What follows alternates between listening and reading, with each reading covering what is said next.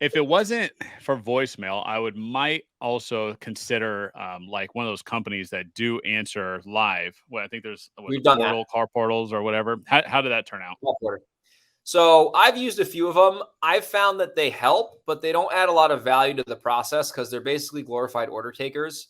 And Right. then when the sales guy was calling him back, it was just like the same kind of thing. And it didn't really add a lot of value in the process, you know? So I just Mm, figured, like, let's just send us the voicemail for now because they weren't really adding, they were just like taking notes down, which we already basically had in the voicemail.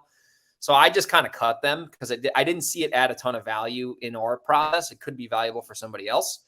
But the thing that I've realized with the direct mail leads is not a lot of them are going to sell right now. Sure, you're going to have some hmm. that are going to sell right now, but the majority of them are going to sell in a couple months. So whether you call them back right now or you call them back in 15 minutes, it's probably not going to matter in the grand scheme of things. Because I used to run around like a maniac, Aaron. I used to be, oh, I got to call everyone back right now. I'm going to miss a deal. But most deals are like, we don't have a lot of one call closes in the sense where like seller calls in, hi, oh, you want to sell a house? Okay, sign the contract. Like that doesn't happen very often, right? Like it's like two, Hmm. three, four phone calls. So I'm just like, well, Right. let's send them the voicemail. Let's really see if we're a fit. They're probably going to have to talk to someone about it because they are selling a house.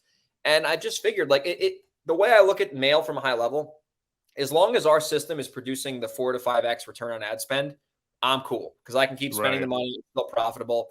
If our return on ad spend started to go down the shitter, then I'd be like, okay, well, maybe we got to start answering live now, or maybe we got to do this, or maybe we got to do that. But based on the results we're currently getting with our system, it's still working the way we want it to work. So we're not going to really change it unless we need to, you know? There you go. Greg, let me ask you this. At this moment, what is your number one struggle in your business? I think it's getting sometimes too involved when I don't need to, right? Like Hmm. I don't really micromanage my team, but sometimes I want to. I'm like, oh, hey guys, you need help? You need help with anything? Like, you know what I Yeah. mean? Or like, so that's number one. Number two, let's say someone is like it's like vacation mode or something, and it's like the weekend. Like, and I see a lead come in and my guy is snowboarding and that's totally cool. Like, I'm not going to have him take calls snowboarding. Like, I'm going to call that person back. Right. And I'm kind of like, Yeah. oh, fuck, I got to call a seller back, you know? But like, so that's a little bit of a sore spot in our business right now, I would say.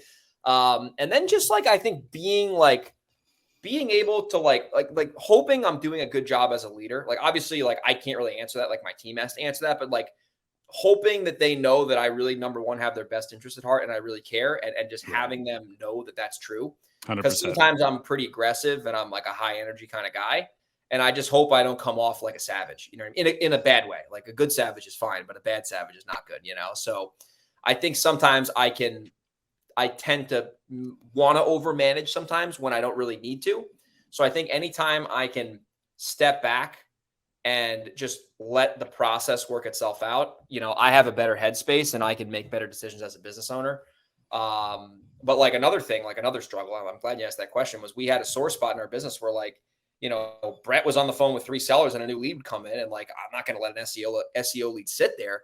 So then I was jumping back in and calling that lead back because he was making 3 offers, you know? So now we had to hire Hmm. a manager to do that thing full time now because that was a pain point in our business where we're spending all this money on marketing. And if I have to keep calling these people back, like it's just not going to work, you know?